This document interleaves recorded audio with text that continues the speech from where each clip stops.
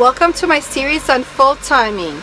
This is part 5, provisioning, where I try to help you get on the road.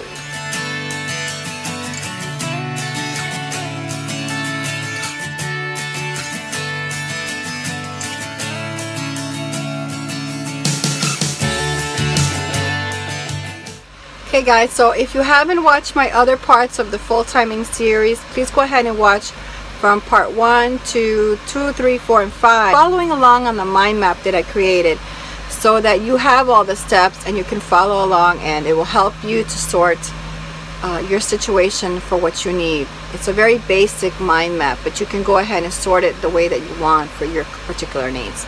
Anyway, this week I was hoping to do this video here in the RV because I have to provision for my trip. So there's a lot of things that I've learned in the past, and one of them is that this big thing that you love in a house is going to be the thing that you're going to hate in an RV. Biggest sore spot is going to be your refrigerator.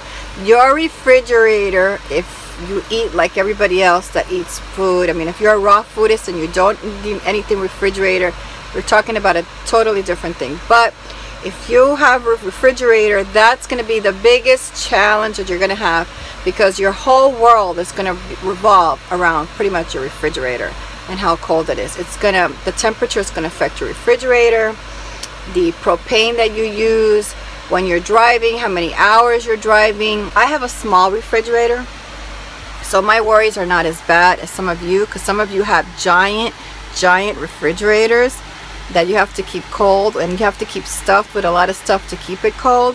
So the bigger the refrigerator, I'm understanding, the worse the problem is, unless you're going from RV park to RV park. I get it, I've done it, where I go from home to an RV park 3 hours away. Basically my refrigerator is off. If I pack it really well, it stays nice and cold. You can also put ice in there. You can put some cold water bottles in there to keep it nice and cold during the trip. There's lots of things that you can do. But I'm talking in general about living from day to day, how this little baby here is going to affect a lot of your trip. Especially if you run out of propane, you're going to be running around. If your solar doesn't work well and it's not charging this up, truck battery will not charge if I'm running this. And I've learned that the hard way, and I've already lost several batteries because of it. In addition to having an inefficient solar setup that doesn't help you with charging anything in your RV, but that's for another day. Anyway, so I want to talk about provisioning, because provisioning is really important. It's pretty much the basics of everything. You sleep, you eat, you travel, you eat, you sleep, you travel, and some of you work on the road. And a lot of the things has to do with the space that you have, because this is the common space that most people have for their food. Something like this, which is quite small, and you can't really buy a lot of stuff because you can see that it's pretty packed here with a lot of stuff. In addition to that, in a truck camper, I have this additional space here. As you can see, I also have made room where I'm not bringing a lot of appliances anymore, because it's really not efficient to do so if you're going to be traveling the way that I travel. Right now, the way that I'm traveling is I go from place to place. I look for my showers at the gym. I look for places to sleep overnight. I travel during the day, exploring places, historic places. Basically, I'm on solar most of the time. My refrigerator has to be working on propane all the time. It is not hooked up to solar at all at this point. Okay, so if you're like me, one of the problems that you have is you're coming from a home, especially me that I live on acreage, and I don't have anything that's really close to me where I can buy a lot of stuff. So I have to drive a ways to get to a grocery store. So what I do is I stock up at the Warehouse Club, I stock up at Costco, and I stock up at Sam's Club. The problem is that when you're living like that, you're going to have a lot of stuff. So before you go on the road, you're going to want to start consuming stuff, all the things that you have in your refrigerator, because now when you go on the road, unless you have one of these giant refrigerators, you're going to be at RV parks, you're going to have a small refrigerator like me, you're going to have to start buying smaller sizes. But to save a lot of money like that too, because you don't need as much. Remember, now you're traveling a lot, so you're not eating as much, and maybe not the same kind of things that you eat when you're sitting around at home and in certain types of weather. So if you're not going to be in the winter time, maybe you're not going to be eating such heavy meals if you're going to be traveling to the warmer climates during the winter time. So that's something that you're going to have to decide for yourself what it is that you're going to eat, but that's really a trial and error. So for me, When I'm in the cooler temperatures, I like to eat more raw foods. I like to eat a lot of fruits, a lot of vegetables. I find that is the easiest thing to make. Cooking on RV'ing for a long time really is just inefficient. It just takes too much of my time. So when I travel, I like to travel light. I like to eat light, and if there's anything that I specifically want to eat or something like that, I will buy it on the road.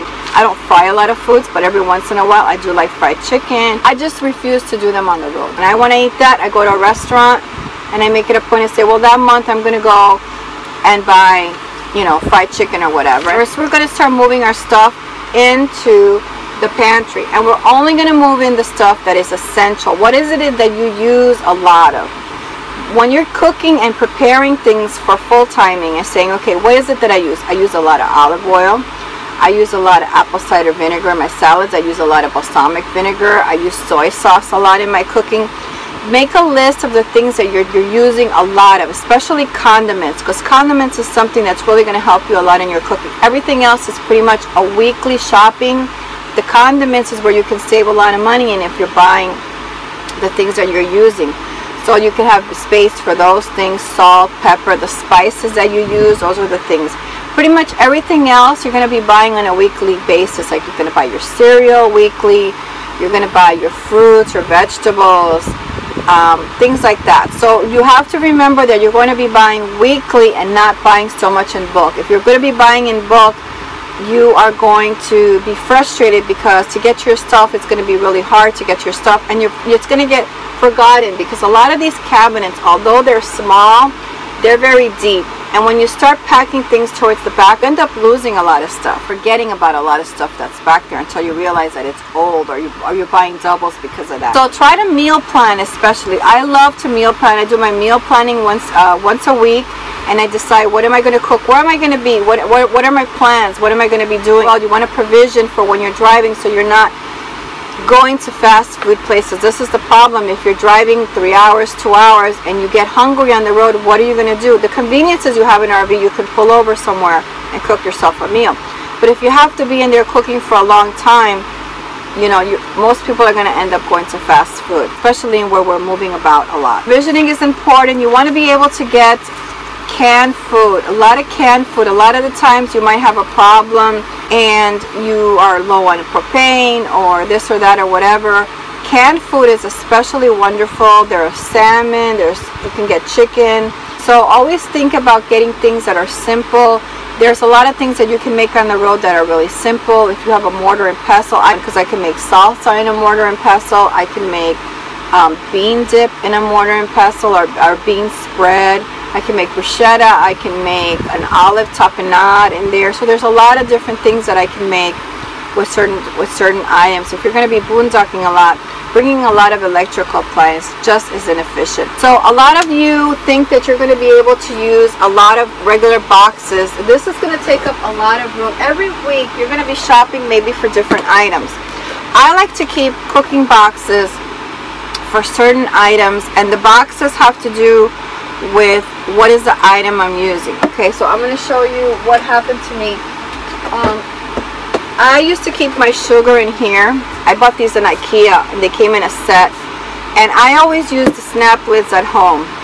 So when I saw this set, I bought it. I used to keep my sugar in here, but guess what? I dropped this once and all my sugar spilled. Well, half of the sugar spilled. So now I don't keep my sugar in here anymore. I keep my sugar in this, because I could tell you in an RV that's a big mess. So the snap lids for me are the best ones for anything dried. They snap and they keep the moisture out. This is great. These kind of containers are okay if you're going to have leftover soup or something like that, and you can put something like this and they stack one inside the other. I like things that stack like this. Like this will work for me if I have to save a soup or a stew or something like that. That would work in the refrigerator. I also like this because if I have a pretty much half of a melon, or if I have you know, lettuce. Lettuce is a big thing that in the house you can keep in a bag. In an RV, you're going to have a lot of fluctuations in temperature wherever you are, and you're going to have sweating. It's going to sweat, and when you have sweating in the refrigerator, you're going to have food that spoils quicker. Containers like this in those cabinets do not work. What really works is Ziploc bags. Ziploc bags is what works all the time. And I buy the quart-sized bags and I roll them up and I put a lot of my meat frozen in there in the Ziploc, or I use my cereal bags are another thing that I use. When I have cereal bags, I'll take my squash or my red pepper or whatever, and I'll wrap it in there, and it keeps fresh for days. All my cheeses I keep in a tray. And I don't have boxes like I do at home for my cheeses because it just takes up too much room. I use this in a week, you know, and if I snack on it, I cook with it. If not, it gets done. At the end of the week, I'm buying new cheese. I have mozzarella in here, I have cream cheese, all of this. You know, in home I have the snap containers for this stuff, but here in the RV I don't, because that takes up too much space. And the little bags are way better and more efficient in an RV. And when I need cheeses, I pull out my cheese tray. And the reason I have all of my stuff inside of a tray like this is because the longer you keep that open, the refrigerator, the more your problems are going to be, because now it's going to take a long time to get back to temperature. So I wanted my cheese, I pull out my cheese tray and I look for what I want, and then I put it back inside. I don't have this open a long time. I have a container for my eggs because in the event that this you know, was shifting around or something in there, it protects my eggs from breaking. This is a snap container. You can buy these at Ross, Marshalls, TJ Maxx, or Home Goods. A lot of those stores sell these very cheap price. Another thing that I like is containers for the other things. I have a container here for some of my bottles because then they're not shifting around in the refrigerator. So I have like the longer bottles that can't be in the door, because in this door I can put short bottles. I can't put the long bottles, but the longer bottles I do have a container where I can pull this out and get to the longer bottles.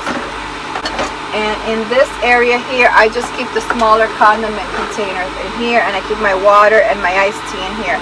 In my freezer, I also have the same kind of bins. In one container, I might have my meats for the week. The other one, I might have some frozen vegetables. And in the other one, I might have breakfast food. Like I'll keep turkey sausage in there, turkey bacon. I might have some hash browns in there that I bought. Maybe some smoked salmon for breakfast. So when I need my breakfast box, I pull that out. When I need my meats and stuff, I pull that out. So that's the best. So things are very different because in the house, I mean, you can open the refrigerator and sit and look and glance and this and that, whatever. If you have a small space like me, you don't have a lot of room for a lot of stuff. Containers like this are great on the top shelf because I can get all my pastas in here. So I can pull out a container like this and get to my pastas, and anything with handles like that on the top shelf are great. Basically, you always want to have some kind of canned food items in your pantry that you can work off of. So if you've been watching, you know that I also suggested that if you're going to get ready for full timing, that you save some smaller bottles that you can wash out from, maybe mayonnaise, smaller bottles, because once you are ready to hit the road, you might have the big giant bottles and you're going to want to move those condiments into smaller jars, so that you're not having to pack all of these giant bottles that you might have. If I have to travel, I can put the ones that have the small quantities, and I have to bring the big empty bottles. When you go on the road, you're going to start buying the smaller sizes.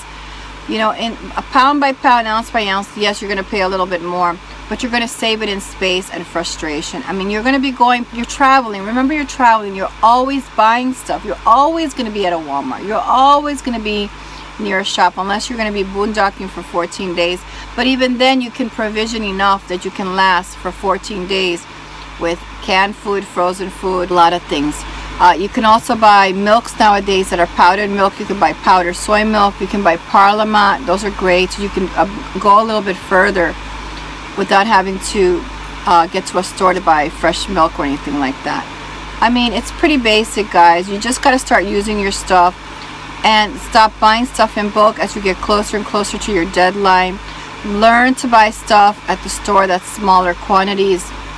And you should be, at this point, if you have a big refrigerator like I have at home, you should not be, right before your trip, you should not be filling that refrigerator. You should only be using half of that refrigerator. That's how you're going to learn to maintain the refrigerator. So guys, if I have to leave you with one lesson that I've learned during my travels, is that stockpiling at home works at home.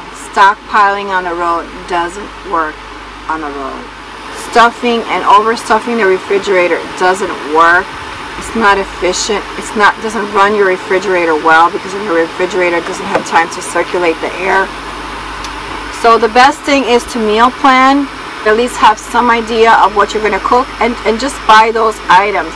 Have them in the freezer, and then the night before you go to bed you can put them out and you can set up your meals.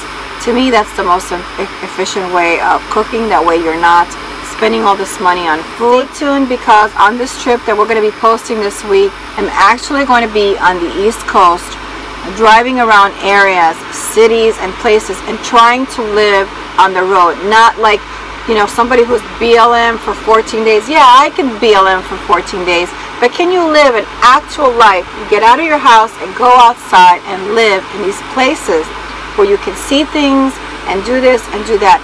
That's what my trip up the coast is going to be about. And this is why I'm doing this part 5 during this time, because I've also been provisioning for my trip up the coast, and a lot of the things that I'm learning and things that I'm doing wrong, I'm going to be bringing to you on this trip. So stay tuned for that, and stay tuned for my number 6, which is the last one of this series. That's going to be talking about leaving and finishing and wrapping up everything when you're getting ready to full-time. So stay tuned for that, guys.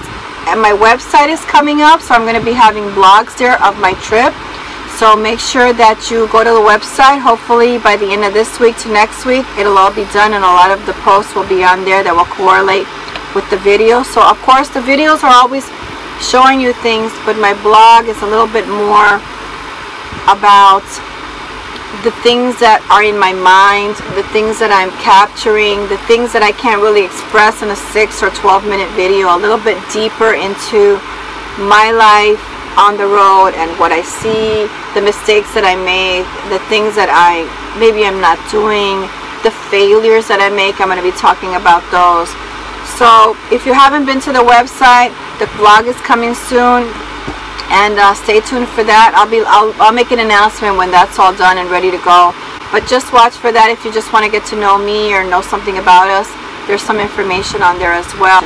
So stay tuned, guys. I got a lot of great stuff coming up for you for the trip that we're planning. Because if you want to know if you can live on the East Coast in an RV, and you can go from place to place, exploring, working, and living a regular life, even homeschooling on the road, I'm going to prove to you that you can.